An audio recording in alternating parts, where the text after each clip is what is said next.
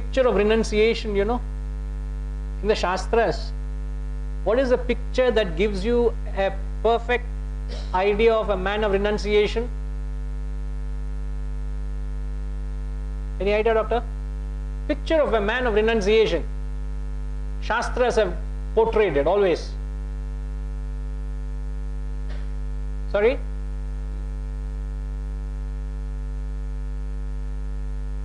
I wouldn't be asking that if it was a saint.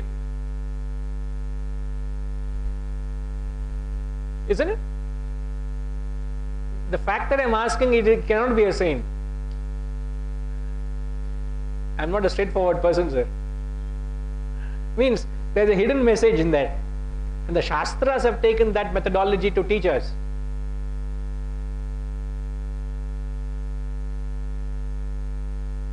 You know, to capturize what renunciation is, they have portrayed of Lord Shiva and Parvati attending to the family affairs.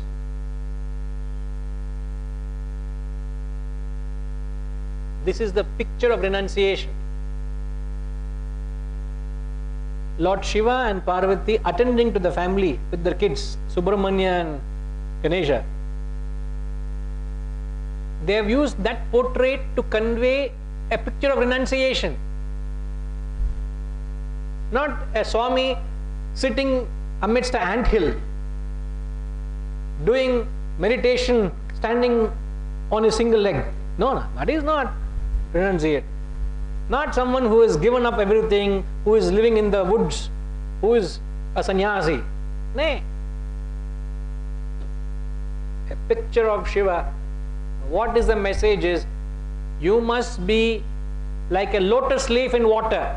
Padma patramivambasaha. Means you must be in the thick and thin of life. Renunciation, where do you practice renunciation?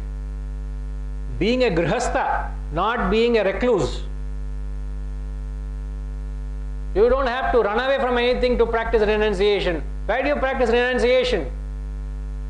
In Manhattan, in Chowpatty, in Charminar.